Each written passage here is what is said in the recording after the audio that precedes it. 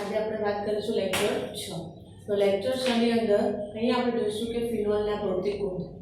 ફિનોલના ભૌતિક ગુણધર્મોની અંદર સૌથી પહેલો ગુણધર્મ છે કે ઉત્કલન બિંદુ. તો ઉત્કલન બિંદુની અંદર કમ્પેરિઝન છે ટોલ્યુઇન, ક્લોરોબેન્ઝીન અને ફિનોલ. એટલે ટોલ્યુઇન અને ક્લોરોબેન્ઝીન કરતાં ફિનોલનું ઉત્કલન બિંદુ જે છે એ વધુ હશે. તો એનું કારણ શું છે? તો અહીં આપણે જોઈએ એઝ ફોર એક્ઝામ્પલ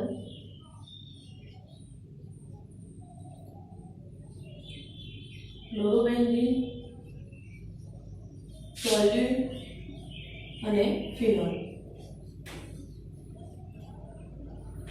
તો અહીંયા ક્લોરોબેન્ઝીન જે છે એની અંદર અધ્રુવીય બંધ છે. એટલે કે ક્લોરોબેન્ઝીન અને ટોલ્યુઇનમાં કોઈ પણ પ્રકારના આપણને બંધ જોવા મળતા નથી. સરળતાથી તૂટી શકે છે, માટે એના ઉત્કલન બિંદુ નીચા છે. પરંતુ અહીંયા ફિનોલની અંદર જે હાઇડ્રોક્સિલ ગ્રુપ છે, તો આ જે બંધ છે આ ધ્રુવીય બંધ બને છે. બરાબર?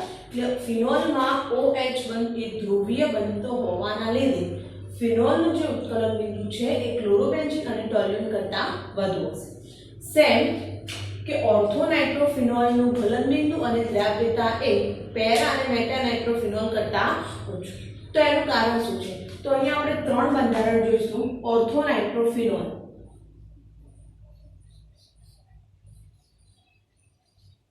અહીંયા આપણે લઈએ છીએ પેરાનાઇટ્રોફિનોલ.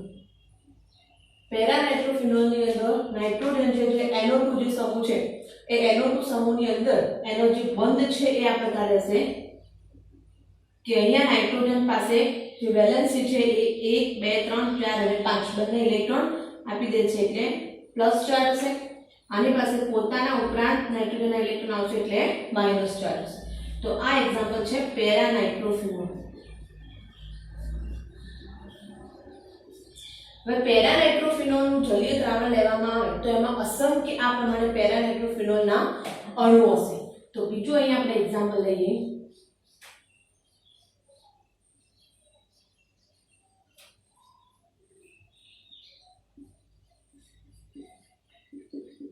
આ પણ હશે તો પ્લસ ચાર્જ હશે, ઓક્સિજન અને આ માઇનસ. તો પેરાનાઇટ્રોફિનોલ જે છે એની અંદર બંનેમાં આપણે જોઈએ છીએ કે આ બંને જે છે એ અલગ અલગ, એટલે આ પેરાનાઇટ્રોફિનોલ અને આ પણ પેરાનાઇટ્રોફિનોલ. હવે આની અંદર ફિનોલનો જે H છે એ નાઇટ્રોના ઓક્સિજન સાથે અંશતઃ આંતરઆણવીય હાઇડ્રોજન બંધની સ્થાપના કરે છે. સિમિલર વે અહીંયા તો કે એક પેરાનાઇટ્રોફિનોલનો નાઇટ્રો ગ્રુપમાંનો ઓક્સિજન એ બીજા પેરાનાઇટ્રોફિનોલમાંના હાઇડ્રોક્સિલના H સાથે આંતરઆણવીય હાઇડ્રોજન બંધની સ્થાપના કરે છે. એટલે કે અહીંયા આગળ આંતરઆણવીય હાઇડ્રોજન બંધ બને છે, માટે એનું જે આકર્ષણ હશે એ ખૂબ પ્રબળ હશે. સિમિલર આને જો પાણીમાં દ્રાવ્ય કરવામાં આવે એટલે કે આ H2O માં દ્રાવ્ય થાય તો આનો ઓક્સિજન અને પાણીનો હાઇડ્રોજન અને આનો હાઇડ્રોજન અને પાણીનો ઓક્સિજન એ બંને પણ આ પ્રકારે આંતરઆણવીય હાઇડ્રોજન બંધ બનાવે છે. એટલા માટે એમની ગલન બિંદુ અને એમની દ્રાવ્યતા ઊંચા છે. અહીંયા જોઈએ તો ઓર્થોનાઇટ્રોફિનોલ. તો ઓર્થોનાઇટ્રોફિનોલની અંદર સેમ ટુ સેમ સ્ટ્રક્ચર છે. તો કે આ છે ઓર્થોનાઇટ્રોફિનોલ.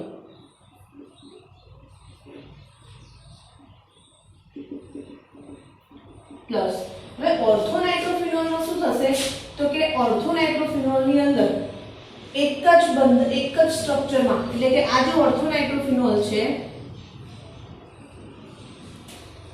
તો ઓર્થોનાઇટ્રોફિનોલની અંદર OH માં આ હાઇડ્રોજન એ આ ઓક્સિજન સાથે બંધ બનાવે છે. હવે આ અલગ અલગ બંધારણમાં બંધ બનતો હોય તો એ આપણે કહીશું આંતરઆણવીય હાઇડ્રોજન બંધ. પણ અહીંયા જે બંધ બને છે એ બંધ આપણો કયો હશે? આંતઃઆણવીય. એટલે કે એક જ અણુની અંદર આ બંધ બને છે. એટલે આ બંનેની કમ્પેરિઝનમાં આ જે બંધ અહીંયા બને છે એ બંધ નિર્બળ બંધ છે. અને નિર્બળ બંધ હોવાના કારણે ગલન બિંદુ અને દ્રાવ્યતા એ પેરા અને મેટા કરતાં ઓછા. બરાબર? એના પછી છે એની દ્રાવ્યતા. તો ફિનોલ જે છે એને તમે પાણીની અંદર નાખીએ છીએ તો ફિનોલમાં સ્વાભાવિક છે કે ધ્રુવીય બંધ હોવાના લીધે એ પાણીના H અને O સાથે આંતરાણવી હાઇડ્રોજન બંધ બનાવે છે. તો અહીંયા એઝ પર એક્ઝામ્પલ આ ફિનોલ છે. હવે આને હું પાણીમાં નાખું છું તો અહીંયા એડ કરું H2O તો શું થશે? તો આ હાઇડ્રોજન અને આના ઓક્સિજન અને આ O અને H આ બંને એકબીજા વચ્ચે સિમિલર વે આંતરાણવીય હાઇડ્રોજન બંધની સ્થાપના કરે છે. એટલા માટે ફિનોલનો જે અણુ છે એ પાણીમાં દ્રાવ્ય બનશે. એટલે કે ક્લોરોબેન્ઝીન, ટોલ્યુન એ બધા પાણીમાં અદ્રાવ્ય હશે, જ્યારે ફિનોલ જે છે એ પાણીમાં સુદ્રાવ્ય છે એવું કહીશું. ઓકે, તો અહીંયા તો ફિનોલના ભૌતિક ગુણધર્મ. એના પછી આપણે વાત કરીએ કે આલ્કોહોલ અને ફિનોલની એસિડિકતા.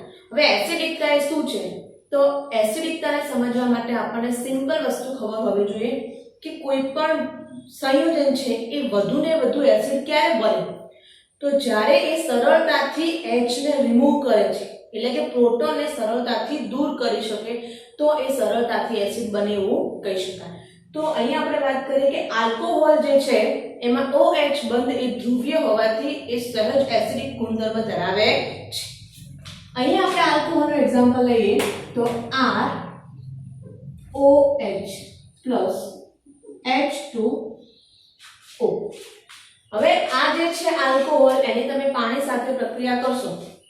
હવે આલ્કોહોલમાં ઓક્સિજન ઉપર આ રીતે ચાર્જ હશે, બરાબર? સિમિલર વે આની ઉપર પણ હશે. તો આ જે હાઇડ્રોજન છે પોતાનો ઇલેક્ટ્રોન ડોનેટ કરી અને અટેચ થશે ઓક્સિજન સાથે. હવે આ પ્રક્રિયા જે છે એ ઇક્વિલિબ્રિયમ છે. તો અહીંયા આપણને મળશે RO, એના બે ઇલેક્ટ્રોન યુગ્મ છે પોતાના અને બીજા બે આવશે નવા. એટલે આની પર હશે તો પ્લસ ચાર્જ અને અહીંયા આપણને મળશે H3O+, એટલે હાઇડ્રોનિયમ આયન. હવે અહીંયા આપણને જે આલ્કોહોલમાંથી પ્રોટોન ગુમાવીને જે બને છે એનું નામ છે આલ્કોક્સાઇડ આયન. Alkoxide ion. અને આને કેવું હોય તો આપણે કહી શકીએ હાઇડ્રોનિયમ આયન. હવે આ જે આલ્કોક્સાઇડ આયન છે એની ઉપર આપણે એકદમ ઝીણવટપૂર્વક જોઈએ તો ઓક્સિજન જે છે એની ઉપર પાર્શિયલી નેગેટિવ ચાર્જ છે. તો એ જે નેગેટિવ ચાર્જ છે એ ઓક્સિજન ઉપર ફિક્સ છે, કોઈ જગ્યાએ મૂવેબલ થઈ શકતો નથી. તો આપણે એવું કહી શકીએ કે ઇલેક્ટ્રોન જે છે એ સ્થાનીકૃત છે. ઇલેક્ટ્રોન કેવો છે? અહીંયા સ્થાનીકૃત. અર્થાત આવું જે સ્ટ્રક્ચર હોય એની માટે તમને કોઈ પણ સંસ્પંદન બંધારણ મળી શકે નહીં.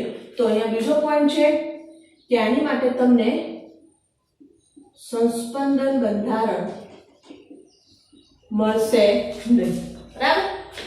તો હવે એનો મતલબ એવો થયો કે જ્યારે તમે આલ્કોહોલને પાણીમાં એડ કરો છો ત્યારે એક જ તબક્કામાં હાઇડ્રોનિયમ આયન બની જશે, પછી પુનઃ આલ્કોહોલ બનવાનો પ્રયત્ન થશે નહીં.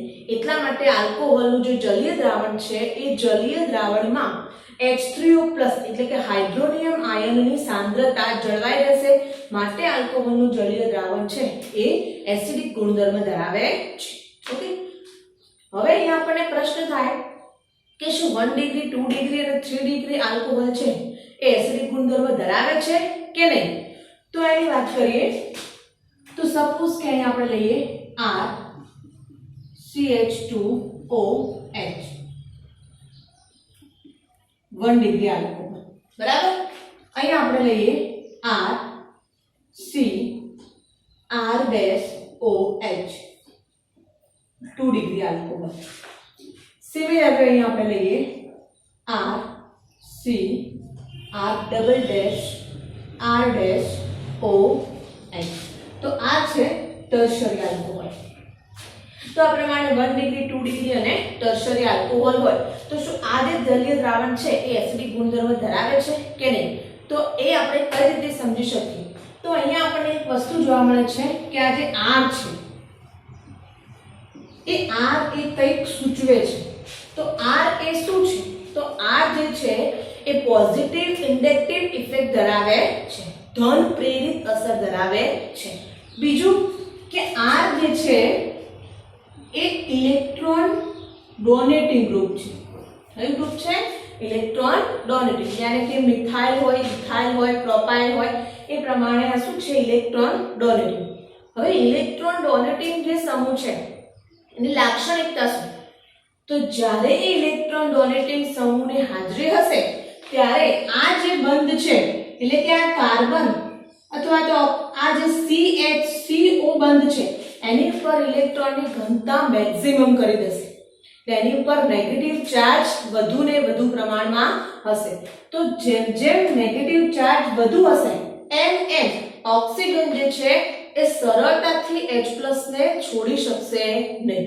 હવે હાઇડ્રોજન જે છે એ જો સરળતાથી ના દૂર થાય તો એ જે જલીય દ્રાવણ છે એ સરળતાથી એસિડિક બનવાનો ગુણધર્મ ધરાવતું નથી.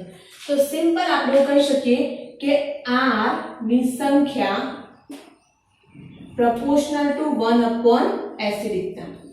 એટલે જેમ જેમ આ સમૂહની સંખ્યા વધે છે, અહીં આપણે જોઈશું કે એક જ આ સમૂહ છે તો આની પર જે અંશતઃ નેગેટિવ ચાર્જ છે એ ઓછો હશે, આની પર વધારે, આની પર ખૂબ વધારે. તો જેની પર ખૂબ વધારે નેગેટિવ ચાર્જ હશે ત્યાં આગળ સરળતાથી હાઇડ્રોજન રિમૂવ થઈ શકે નહીં. અને સરળતાથી હાઇડ્રોજન રિમૂવ ના થઈ શકે તો એ જે સંયોજન છે એ એસિડિક ગુણધર્મ ધરાવશે નહીં અથવા તો ઓછો ધરાવશે. તો આમાં તમારે પ્રાયોરિટી આપવી હોય તો સૌથી વધુ એસિડિક ગુણધર્મ કોણ ધરાવે? તો સિમ્પલ આપણે આના આધારે આન્સર આપી શકીએ છીએ કે ઇલેક્ટ્રોન ડોનેટિંગ ગ્રુપની સંખ્યા જેમ ઓછી હશે એમ સંયોજનનો એસિડિક બનવાનો ગુણધર્મ વધુ હશે. તો અહીંયા આમાં ઓછી છે તો સૌથી વધુ 1 ડિગ્રી, પછી 2 ડિગ્રી અને 3 ડિગ્રી.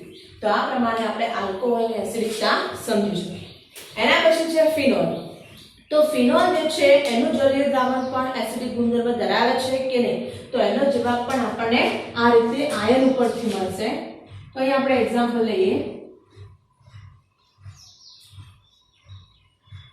ફિનોલ, ફિનોલની પણ તમે જો પાણી સાથે પ્રક્રિયા કરો છો